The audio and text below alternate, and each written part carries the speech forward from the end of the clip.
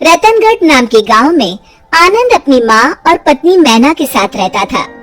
मैना देखने में बहुत खूबसूरत और व्यवहार कुशल थी, लेकिन वो अपने साथ कुछ खास दहेज लेकर नहीं लाई थी, इसलिए आनंद की माँ उसे पसंद नहीं करती थी। आनंद बेटा, मैं सोच रही हूँ तुम्हारा दूसरा लगन करा दूं। वो क्यों माँ? मैना सुंदर तो है, साथ ही सुलझी हुई लड़की है। तो उसकी बुद्धि का मुझे अचार डालना है क्या? मायके से एक ठेला भी नहीं लाई। माँ, हमें किस चीज की कमी है? भगवान की दया से सब कुछ तो है। अरे समाज में रुतबा भी तो होना चाहिए ना। भगवती के बेटे की दुल्हन छोटा हाथी भरकर बर्तन भांडे लाखों के जेवर लाई है, और बहू देखने सुनने में भी ठीक ठाक है। होगी माँ, पर अब तो मैना ही आपकी बहू है। नहीं नहीं, मैं तो दूसरी बहू ही लाऊंगी। माँ मतलब मेरी भोली माँ, यदि एक बीबी के होते दूसरी शादी की तो मेरे साथ साथ तुम्हें भी जेल की चक्की पीसनी पड़ेगी। और अगर मैं पहले ही उसे भगा दूं तो? वो कैसे माँ? वो सब तो मैं संभाल लूंगी, तू बस देखता रहे। इतना कह के सुमन वहाँ से निकल जाती है। अगले ही शाम की बात है। बहू, तूने सुना मोहन की दुल्हन कितना दहेज लेकर आई है? जी माँ जी। तुझे शर्म नहीं आई सुनकर? शर्म कैसी माँ जी?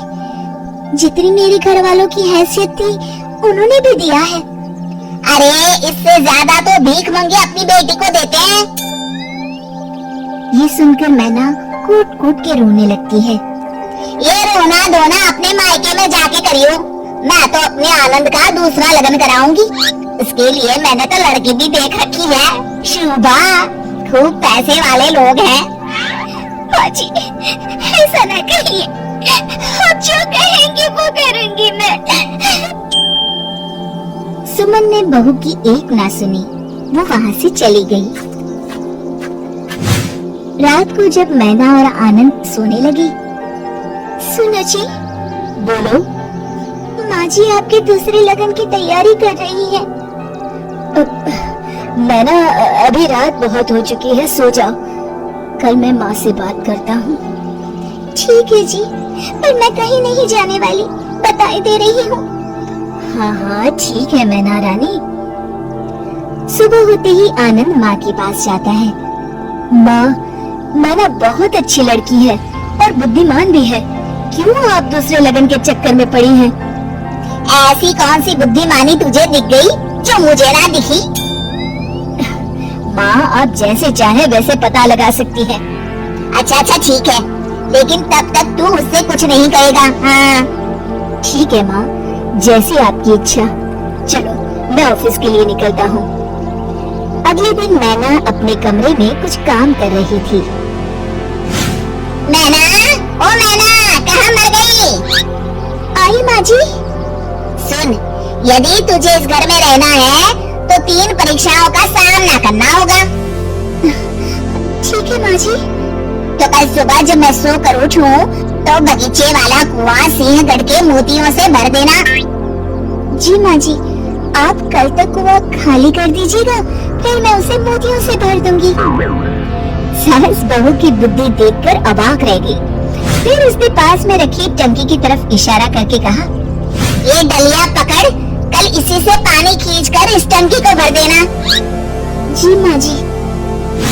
मन ही मन मैना सोचती है, मैं सोने से पहले डलिया को रस्सी बांधकर कुएं में डाल देती हूँ। सुबह तक बांस की डलिया फूलकर पानी को अपने अंदर रोकने लायक हो जाएगी।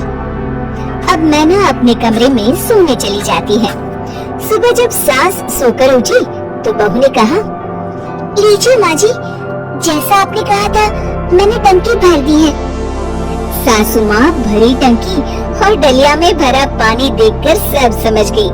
पहले तो उनके मुख पर मुस्कुराहट आ ही गई थी, पर फिर गुस्से में बोली, हो तो होशियार, कल के लिए तैयार रहना। मैना रानी को पूरा विश्वास था कि वो जरूर सफल होगी। दूसरे दिन सुबह आनंद काम के लिए निकला। मैना, घर में चावल का एक दाना नहीं है, तुम बाजार जाकर एक बोरी चावल ले आना जरा। जी माँ जी, पैसे दीजिए। यही तो चुनौती है, तुम्हें चावल बिना पैसे के लाना है। क्या? बिना पैसे के? हाँ, और अकेले उतनी दूर जाना ठीक नहीं है, तो तुम साथ में ये नील गाय ले जाओ। जी। और हाँ, नील गाय बेच कर मत आइयो, नहीं तो घर में पैर नहीं रखने दूंगी। नहीं बेचूंगी माँ जी, आप निश्चिंत रहें। दोपहर को मैना ने सास को आवाज दी। माँ जी, लीजिए, मैं चावल की बोरी ले आई। हाय हाय, कैसे उधार लाई क्या? नहीं माँ जी, नील गाय के बाल और सींग बेचकर। सास उसकी बुद्धिमानी देखकर फिर हैरान रह गई। ठीक है, अभी खाना बना, पेट में चूहे कूद रहे हैं। उसी दिन रात में मैना को बुलाकर सास ने कहा, सुन, कल मुझे राख की 2.5 हाथ की रस्सी बना के देना। राख की रस्सी? हाँ, सही सुना तूने, राख की रस्सी। मैना चुप रहती है। ये तेरी आखिरी परीक्षा है, अगर तू इसमें सफल होती है तो तू जो कहेगी मैं वही करूंगी। वो बिना कुछ कहे कमरे में चली जाती है। सुबह होती है और सासू माँ मन ही मन सोचती है, लगता है इसका कोई तोड़ नहीं मिला मैना रानी को, तभी तो सामने नहीं आई। चलो बढ़िया है, पिंड छूटा, अब मैं जाकर नहा लेती हूँ। उधर मैना ने एक बड़ी थाली में नाप कर 2.5 हाथ की रस्सी रखी और उसमें आग लगा दी, जिससे वो रस्सी राख की बन गई। जब कुसुम नहा कर आई, तभी मैना ने आकर धीरे से थाली रखते हुए कहा, माँ जी, ये लीजिए राख की रस्सी।